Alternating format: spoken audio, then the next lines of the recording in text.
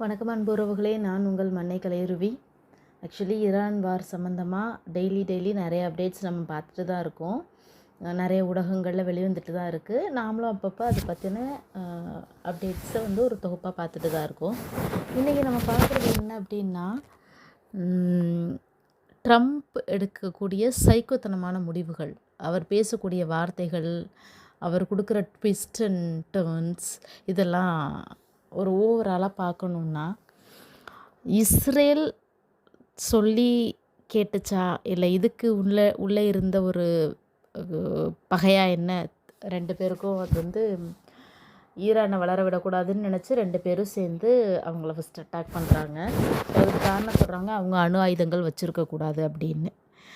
இவங்கள்ட்ட இருந்தால் இது வல்லரசு, அவங்கள்ட்ட இருந்தால் அது அவங்க பாதுகாப்பு, அப்படி வச்சுக்கணும். ஆனால் அவங்க மட்டும் வச்சுக்கக்கூடாதுன்னு சொல்கிறதில்ல, அப்போ நீயும் வச்சுக்கக்கூடாது தானே. ஸோ அது ஒரு ரீசன் சொல்லி அடித்தாங்க. இந்த போர் மாற்றி ஈரான் எதுக்கும் சளைச்சவங்க. ஆனால் நான் இது வரைக்கும் நான் பார்த்த கண்ட்ரீஸ்லேயே உக்ரைன் ரஷ்யா போரில் கூட யுக்ரைனோட அதிபர் எங்களுக்கு இந்த மாதிரி உதவி செய்யுங்க, நாங்கள் இவ்வளோ இழப்புக்களை சந்திச்சோன்னு உலக நாடுகள்கிட்டெல்லாம் உதவி கேட்டார். ஆனால் ஈரான் அப்படி கிடையாது. நீ செய்கிறத செய்யி, நான் போரின் கடைசி நாள் வரைக்கும் நான் உங்ககிட்ட கையேந்த மாட்டேன், தலை குனிய மாட்டேன், நான் என்னோட நியாயத்துக்காக நான் போராடுவேன் அப்படின்னு நிற்கிற ஒரு நாடு ஈரான். ஸோ அது பெரிய விஷயம். அப்படி இருக்கும்போது ட்ரம்ப்போட முடிவுகள்னு பார்த்தா, அதுக்கப்புறம் ஹோர்முஸ் நீர்முனையை மூடினதுக்கப்புறம் போய் வாங்க உலக நாடுகளை வாங்க, நம்ம எல்லோரும் போய் சண்டை போடலாம், சண்டையை ஆரம்பிக்கிறது ஒருத்தன், அப்புறம் எல்லாரையும் கூட்டுப்பானான் அப்படின்னு சொன்னார். எல்லாருக்கும் அப்புறம் எங்களுக்கு பிரச்சனை இல்லை, உங்களுக்கு தேவைன்னா எங்கள்கிட்ட வாங்க, அப்படி இல்லையா நீங்கள் ஹார்முஸை போய் நீங்களே காப்பாற்றிக்கோங்க அப்படின்னு சொல்கிறாரு. அது முடித்து நான் ஒரு 5 days போரை நிறுத்தி வைக்கிறேன்னு சொல்கிறாரு. பார்த்தா அன்னைக்கு நைட்டே ஒரு தாக்குதல் நடக்குது. அதுக்கப்புறம் சொல்கிறாரு, எங்கள் வீரர்களை கொன்னுட்டாங்க, 1 வீரர் 2 வீரர் இறந்ததெல்லாம் அவருக்கு பெருசாக தெரிஞ்சது. 150க்கும் மேற்பட்ட குழந்தைகள், 90க்கும் மேற்பட்ட குழந்தைகள்னு இறந்தப்போ அது அவருக்கு கண்ணுக்கு தெரியலை ஈரானில். அதுக்கப்புறம் சொல்கிறாரு, எங்கள் கூட ஈரான் சுமூகமாக எங்களுக்கு கிஃப்ட் அனுப்பியிருக்காங்க, எங்கள் கூட பேச்சுவார்த்தைக்கு வராங்க, நடுவில் மத்தியஸ்தம் பண்ண கண்ட்ரி தான் பெரிய நல்ல ஒரு நியாயமான கண்ட்ரி பாகிஸ்தான், எங்களுக்கு வந்தாங்க அப்படின்னு சொல்கிறாங்க. அவங்க ஈரான் தரப்பில் சொல்கிறாங்க, வெளிப்படையாகவே நாங்கள் எந்த ஒரு பேச்சுவார்த்தைக்கும் போகலை அப்படின்னு. அப்புறம் திடீர்னு சொல்கிறாரு, எங்களுக்கு ஈரானில் ஆட்சி மாற்றம் தேவை, அங்கே மக்கள் ஆட்சி வேணும், மதகுருமார்கள் ஆட்சி இருக்கக்கூடாதுன்னு. அதெல்லாம் அவங்கவுங்க நாட்டோட விருப்பம். இவன் யார் கோமாளி சரியான ஒரு தலைவர் அப்படி சொல்லக்கூடாது. இருந்தாலும் இவர் எடுக்கிற முடிவுகள் பைத்தியக்காரத்தனமாக இல்லையா? அதுக்கப்புறம் சொல்கிறாரு, இந்த போர் இன்னொரு 2 வாரங்கள் 3 வாரங்கள் நீடிக்கும் அப்படின்னு.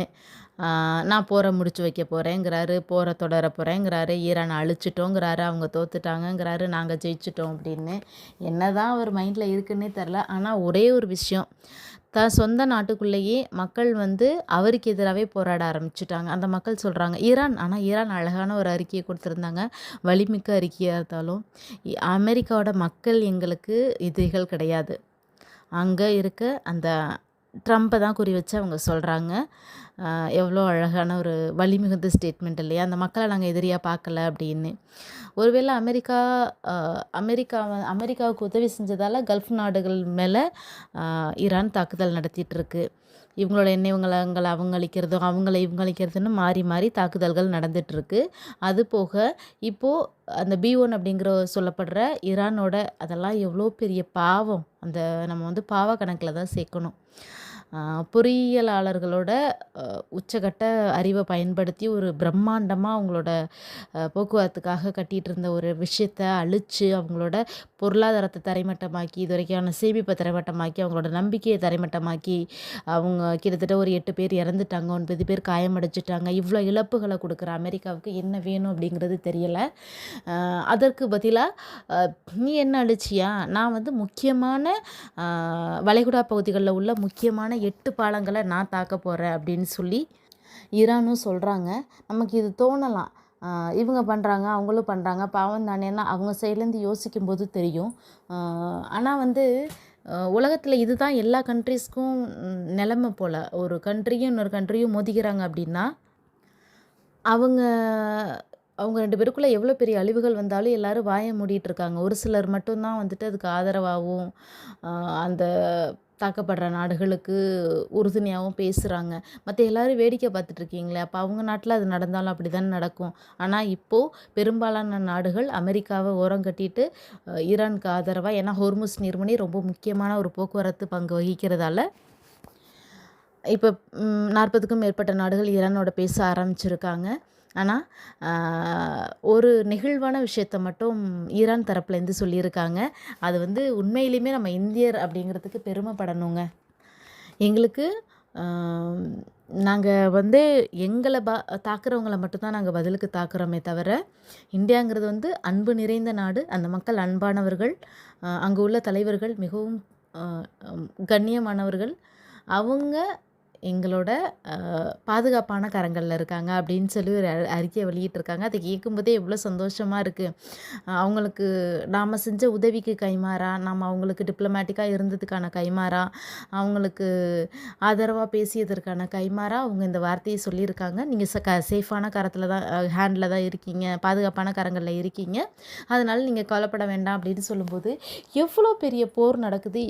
It's equal to 3 world Warne கூட சொல்றாங்க.